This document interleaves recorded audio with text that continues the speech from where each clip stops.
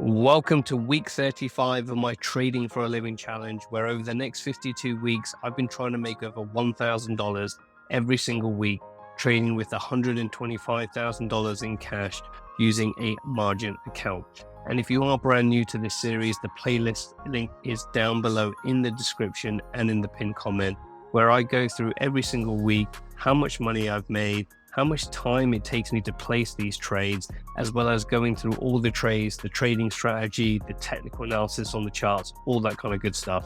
And all I ask for is that you smash that like button and don't forget to subscribe and hit that bell notification. So we're in week 35. We've nearly finished month 9, and this 9 months has gone pretty quick since I started all the way back here inside week 1. And what the good news is that I managed again to hit the $1,000 goal. So I've done it 2 weeks in a row, which I've done it a few times now, but overall I'm actually ahead of target. So if we look now in month 9, we should be 3,086, and you can see I've made 3,265. For the first 3 weeks of month 9, I've managed to hit the goal. I've hit the $2,500 monthly goal already, and I've hit that every single month so far to cover basic expenses. Now, the reason why it was important that I hit it in week 35 is that in week 36 we come to pretty much 21 days till expiration for majority of my trades, where I'll be looking to roll them out into the May cycle. Now, when I do this, because I have 2 big trades that are deep in the money and not going very well for me now, which is my Tesla and my Meta position. So when I roll those, I'll be rolling those for a debit, and therefore I'll be losing money doing that. So I need to make sure I can minimize those debits, as well as trying to place all my other fringe trades to really counteract that loss. So I'm not expecting to make that much money in week 36, but we'll see what happens. But overall, I'm happy that I managed to do it, and I did it only doing 2 trades, and one of those trades is in Tesla, which is 98% of this number, and then Google as well, which was a rounding error on this to make the 1,043. So again, it took me about 15 minutes to really place these trades, not very long, to make the $1,000. And again, we're maintaining the kind of 10 to 13% range, so 32,000 versus a 36,000, which is good. I expect this number to get bigger as week 36 rolls around. And then in terms of accumulation, again, 22 hours to generate 32,000 pounds, which dollars, sorry, which is a fantastic result. And I'm really happy with how much time that we've put into this, compared to 1,400 hours if you were doing a day job just to make $4,000 more. These are the things that I wanted to go through this challenge and show you guys with. So before we look at the trades, let's again look at the buying power.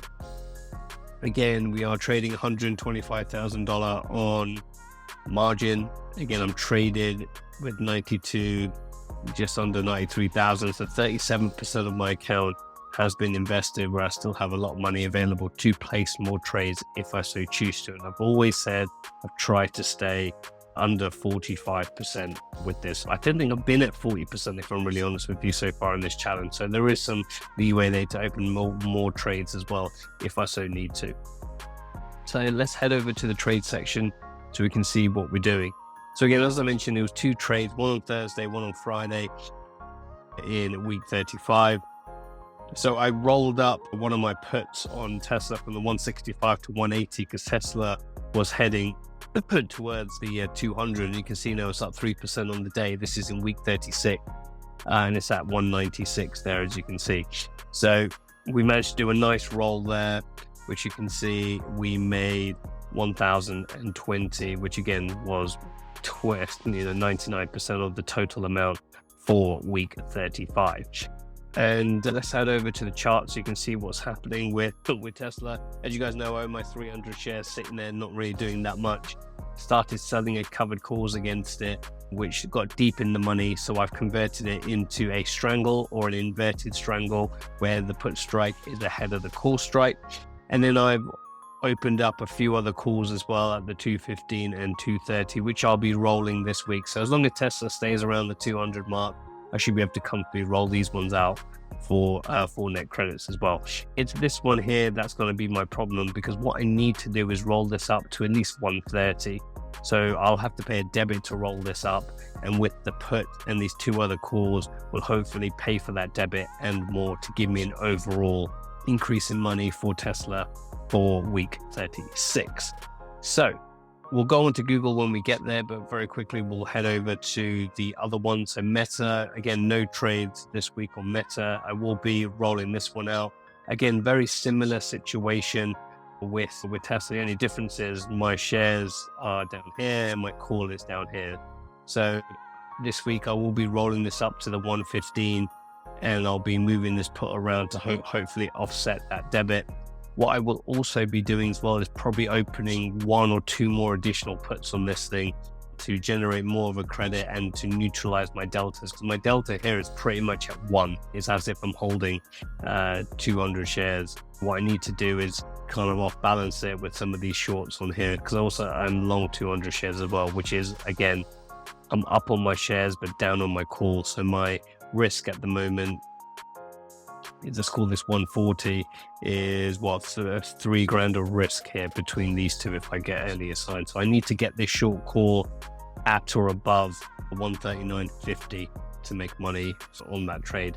AMC we talked about last week. I'm out of all the trades. Didn't plan on doing anything on there. Coinbase, I didn't make any additional trades. But you can see here that we do have this short $35 put for 8 contracts. And then we also have as well these 2 calls, and Coinbase is down by another 4.5% today. So I'm expecting these calls to depreciate in value as time goes on there. So these will be an easy roll. I'm fairly confident with this 35 put. I could roll this up to 40 to generate a lot more premium. That might be something I might want to choose for the May expiration as well to generate a bit more premium. Google was the other trade, as you saw on the screenshot, and all I did, I've got 1 open put on here at the 85 strike. I bought that back and rolled it up to the 90. But again, Google has been making a run, starting to peter off a little bit now. As you can see, did this massive move up here. It's down 0.75%. So I rolled out from the 85 to the 90 at the lows over here. So I'm fairly comfortable with that. We do have this missed pivot over here, which we need to strongly consider. But overall, I might just close out of this trade, or depending on what it is I feel like doing with it. So I've got no problems with that. SCHW, again, with the banking crisis, the next 2 trades are there. You can see here it is up 2.38%. I've got the 37.50 here. I think I've probably recognized 80% of this value already. What did I sell it for? I sold it for 440. So I think I probably captured 80-90% of it.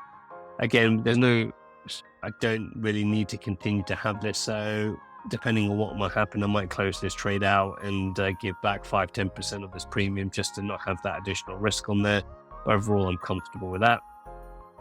And then we've got JP Morgan. Again, JP Morgan, I think as well, I have about 80% already locked in as profit. Again, I've got the 110 put. It is up 1.19%, fleetering around this area over here. Again, I've got lots of room. JP Morgan, and again, it's taken a long time, all the way since this is when the banking crisis started, but it doesn't really move that much, to be honest. So again, I could probably take some risk off the table there.